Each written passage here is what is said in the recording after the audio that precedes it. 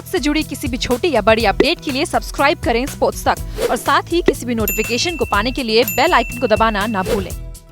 India's national badminton coach Gopichand needs no introduction. He's come up or sort of supporting an initiative regarding younger champs, of course, in his academy and through his career has been a major part of helping young players come through. And this is, of course, the IDBI Young Champs Initiative. Vignesh is with us as well. I'll start with you, Vignesh. In fact, tell us of how I believe you shortlisted 7 young kids and looking at a brighter future for them. How did it go about it? So our philosophy was always to invest at the grassroots level to develop the champions who would win us a medal in the 24 and 28 Olympics. We didn't want to invest in marquee players or marquee sports. It was always grassroots development from the time we started this journey of health and sport.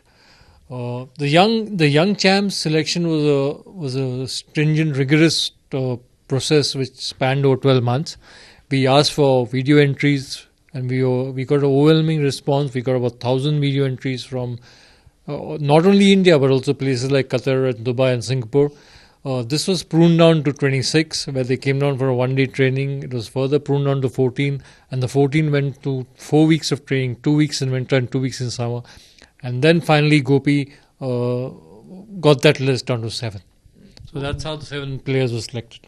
Getting this list down to 7 was difficult, and if yes, does that reflect on the way the sport has grown in our country? Well, it was very tough. I think to get the 1,000 down to 26 was tough, and from 26 I think it was even tougher to get the 14 and the 14 to become 7. Well, the fact is there was so much of enthusiasm, and in general, if 10 years back there were 10 kids who were playing at a certain level, that level has gone up tenfold. So we have such number of kids at a very young age having started the sport playing well. So it was really tough picking and choosing and deleting players. It was a tough job. Talking about the national scene, Gopi, I remember when there was this phase where Sindhu was struggling to get through the finals. There's a school of thought that perhaps it is the mental pressure which was getting to him. You did not agree with those who opined on those lines. What is it that you read about her game that made you convinced that it wasn't a mental thing, it was something else?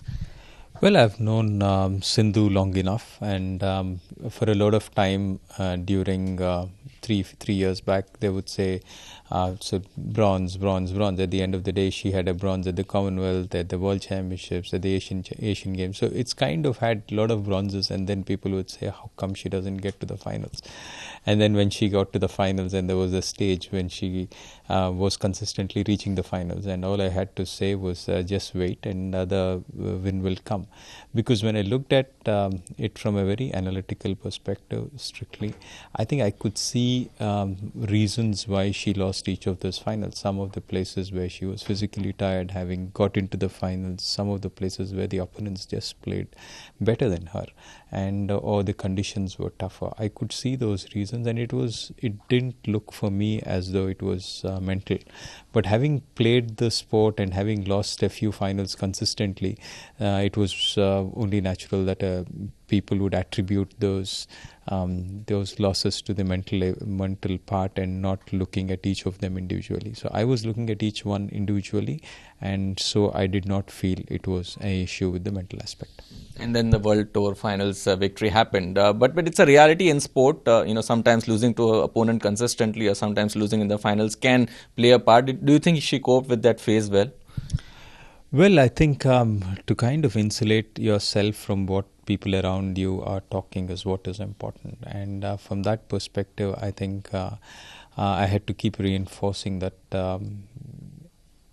it is a great year what she had, because at the end of the year you kind of tend to forget the fact that she had a fabulous run at the World Championships, at the Commonwealth Games, at the Asian Games, at the All England, at the World Tour Finals. And then by the end of the year, if you are talking about the finals which you have lost and not the 5 fantastic results what you have had, I think there's something wrong in the way you perceive things. And I think it's very important to look at the positives and start reflecting on them. And that's what I think for me was important, and that is what I was reinforcing with her. She would be keen on an All-England win. I mean, it's interesting. We've had this revolution, but no one after you, an Indian who's won. Is that something that would be emotional for you as well if someone Indian goes through? Well, I think it's important. I hope it's not another 20 years or more before we do it, because when Prakash Sir won, there was nobody who was reaching quarters, semis, and then suddenly I came on and won after about 21 years. And then I hope with so many players and so many players ranked in the top, it still is not 20 years before we win, and I hope that we break that quicker. We know about the tough regimen that she followed and lead up to the Rio. When does that tough phase for Tokyo begin for her and the rest of the athletes? Well, I think each tournament of that nature will have its own preparation, and each one will have their own preparations. These preparations which Sindhu had 4 years ago could be different, could be tougher. But whatever is needed for the period will start off once the Olympic qualification is finished, and probably around March next year we'll look at that final phase of preparation. One final thing, thoughts on Srikanth. How does he turn it around? I mean, obviously it's because he had the phenomenal 2017 that people expected him to carry the momentum forward, and there has been some correction. Well, yes, I think the fact that he is a top player, he comes out from the fact that he has had some great wins, even in a bad year. But today he's ranked among the top 8 athletes in the world. He is doing well. The results at the PBL also indicate the fact that he has been unbeaten. So obviously he has the game against the top players, and he just needs to get back. And I'm confident Srikanth is too good not to come out with those wins quickly. Final question, you're often asked gold at Tokyo, see it on the cards. Realistically, how do you look at it?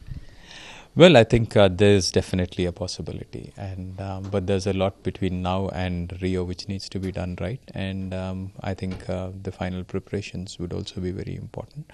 But what I would only say is that we have multiple events and multiple players who have a potential, and I hope that we have a maximum qualification at the Olympics and a good preparation, and hopefully multiple medals. Perhaps Vignesh, one of the 7 at 24, 28, 32, who knows? That's the hope.